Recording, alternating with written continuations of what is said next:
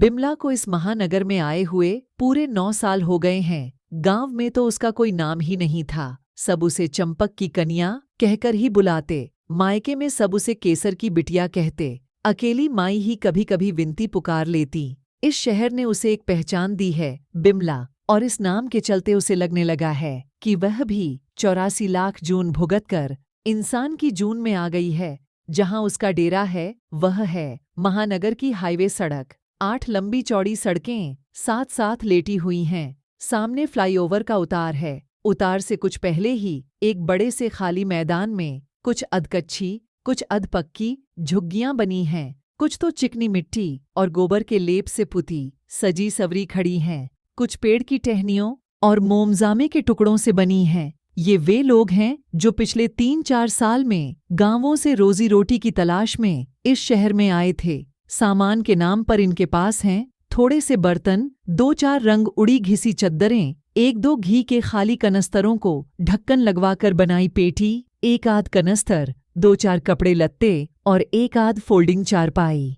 कुल इतनी ही जमा पूंजी के सहारे इनकी 7-8 सदस्यों वाली गृहस्थी चल रही है। जो पिछले 8-9 साल से यहाँ पर आ बसे हैं, वे इसी झोंपड़पट्टी के पास बने डेरों में रहते हैं, बाकायदा किराया देकर। इन डेरों में 4 दीवारी के भीतर एल शेप में बने हैं 10 से 12 कमरे। हर कमरे पर सीमेंट की चादरों की छत है। फर्श के नाम पर ईंटें बिछी हैं। हर कमरे के बाहर मिट्टी का चूल्हा बना है। आंगन के एक तरफ हाथ नल लगा है। इसी के नीचे ये लोग नहा धो लेते हैं। इसी नल का पानी पीने और खाना पकाने के काम आता है। दिन रात कोई न कोई पानी खींच रहा होता है तो एक अदद नाली बन गई है जिसकी कीचड़ भरी तली में मच्छर और दूसरे कीट कुलबुलाते रहते हैं। वैसे सड़क किनारे सरकारी नल भी हैं, पर वहां झुग्गी वालों को ही पानी कम हो जाता है। हर रोज कोई न कोई पानी के लिए लड़ रहा होता है। वैसे परेशानी इन घेरे हुए डेरों में भी कम नहीं है।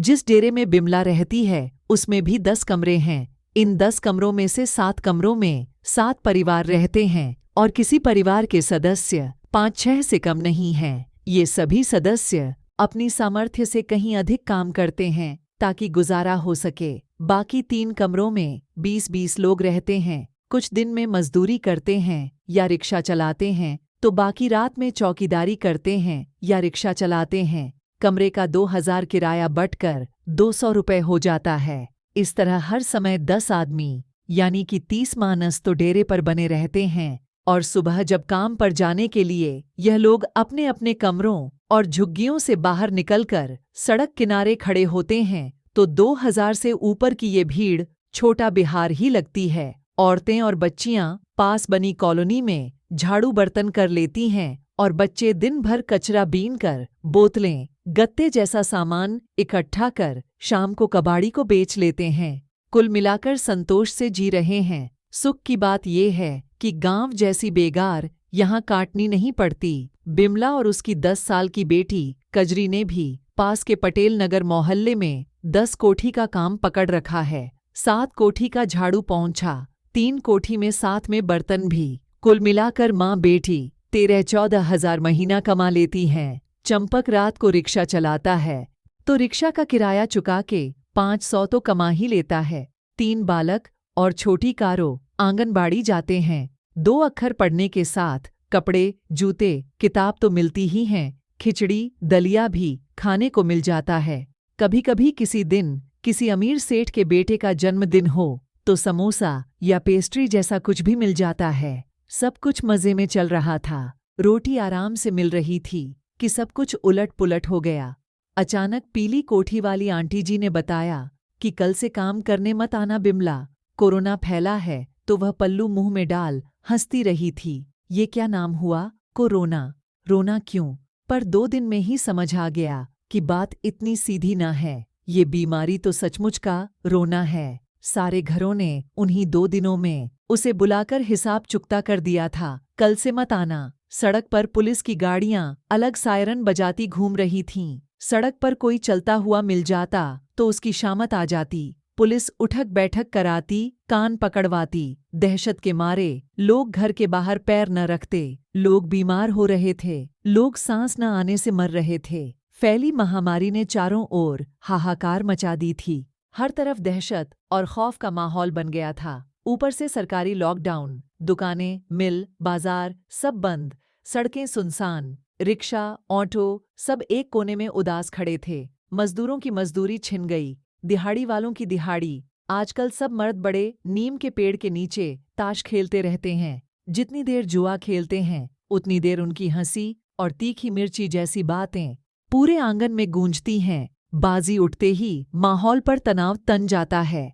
जो जीत जाता है वह सबके लिए मुर्गे और दारू का इंतजाम करता है। देर रात तक यह दावत चलती है, तब तक जब तक एक आध हाथापाई न हो जाए। औरतें बच्चों समेत यह लीला देखती रहती हैं। जिसने टोका उसका पिटना तय है। हर रोज एक न एक की ठुकाई पक्की।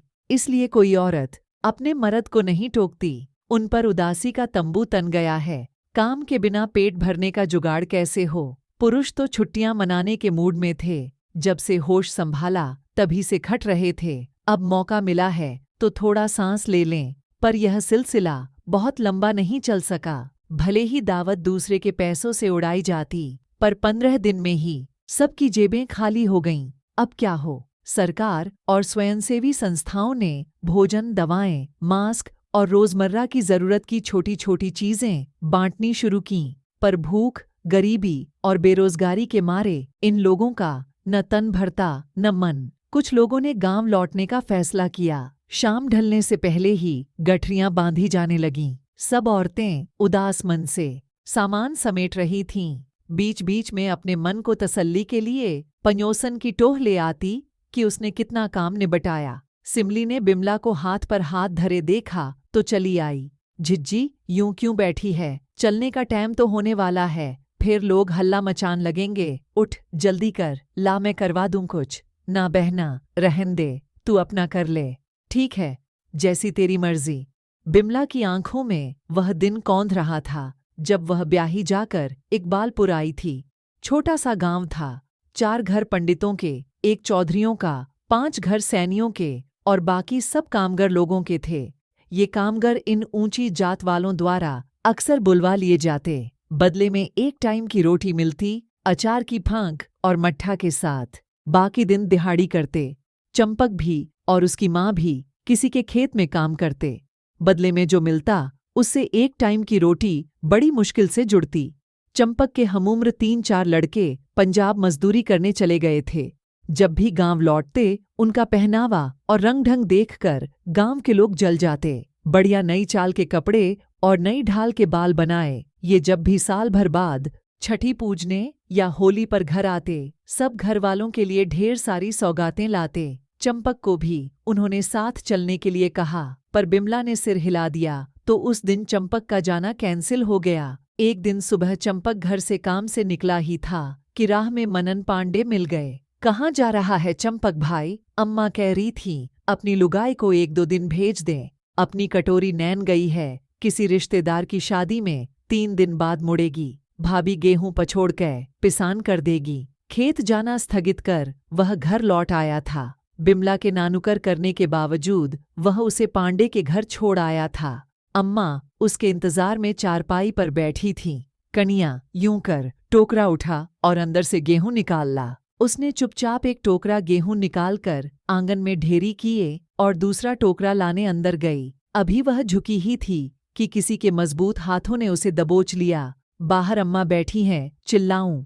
ठीक है, फिर खेत में आ जाइयो। और वह शरारती आंखों से देखता हुआ अंधेरे में अलोप हो गया। कितनी देर तक वह अपनी ही धड़कन सुनती रही थी, फिर हिम्मत करके बाहर आई। गेहूं साफ करते हुए वह सभी संभावनाओं के बारे में सोचती रही। घर जाकर पति को बताए, पर वह अपने नपुंसक क्रोध से इस अमीरजादे का क्या बिगाड़ लेगा। थाना, पंचायत, कचहरी सब अमीरों के साथ हैं। सास को बताए, वह तो बेटे को ही बताएगी, लगा बुझा के पिटवा और देगी। यहाँ इस बुढ़िया को बताया तो अभी चिल्ला के उसी को दोषी ठहराएगी। सुना है एक बार कोई औरत इन नवाबजादों की नज़र में चढ़ गई तो बचना नामुमकिन है। सभी हथकंडे आजमा डालते हैं। इन्हीं सोचों में सारे गेहूं साफ हो गए तो हाथ धोकर वह खड़ी हो गई। ले अम्मा, ये तो हो गया, बाकी काम कल करूंगी। अभी मेरे घर का सारा काम बाकी पड़ा है। और उत्तर का इंतजार किए बिना वह चली आई। शाम को चंपक घर आया तो रोटी परोसते उसने पूछा, वो तेरा दोस्त क्या कह रहा था, शहर जाने को? कब जाना है शहर? आज रात 2 बजे की गाड़ी से जा रहा है, बता रहा था। वहाँ 300-400 रुपए रोज के दिहाड़ी के मिलते हैं। चल फिर चलते हैं, पर साथ में मैं भी चलूंगी, अकेले न जाने दूंगी। थोड़ा जम गए तो अम्मा को भी बुला लेंगे। देख ले, शुरू शुरू में बहुत मुश्किल होगी। वह एक पोटली और 1 साल की बेटी को ले यहाँ लुधियाना आ गई। 1 महीना फुटपाथ पर सोए, फिर झुग्गी बना ली। साल भर बाद बेटा हुआ तो पोता देखने अम्मा भी आ गईं। बच्चों को अम्मा के हवाले कर वह 3 कोठी में काम करने लगी थी। फिर धीरे धीरे पैर जमते गए और पिछले 3 साल से वे डेरे में हैं। 10 कोठी में काम कर रही है। बच्चे काम के साथ साथ पढ़ भी लेंगे। हालात हमेशा ऐसे नहीं रहेंगे। कोरोना का रोना जल्दी खत्म होगा और वह फिर से अपनी कोठियों में काम कर सकेगी। तब तक लंगर की रोटी बनाना क्या बुरा है, सेवा की सेवा हो जाएगी, दाल रोटी का प्रसाद भी मिल जाएगा। मजबूत मन से उसने गांव पैदल जाने का इरादा छोड़ दिया और दाल चावल चढ़ाने के जुगाड़ में लग गई। ऐसी ही रोचक और ज्ञानवर्धक कहानियों के लिए हमारे चैनल को सब्सक्राइब जरूर करें। धन्यवाद।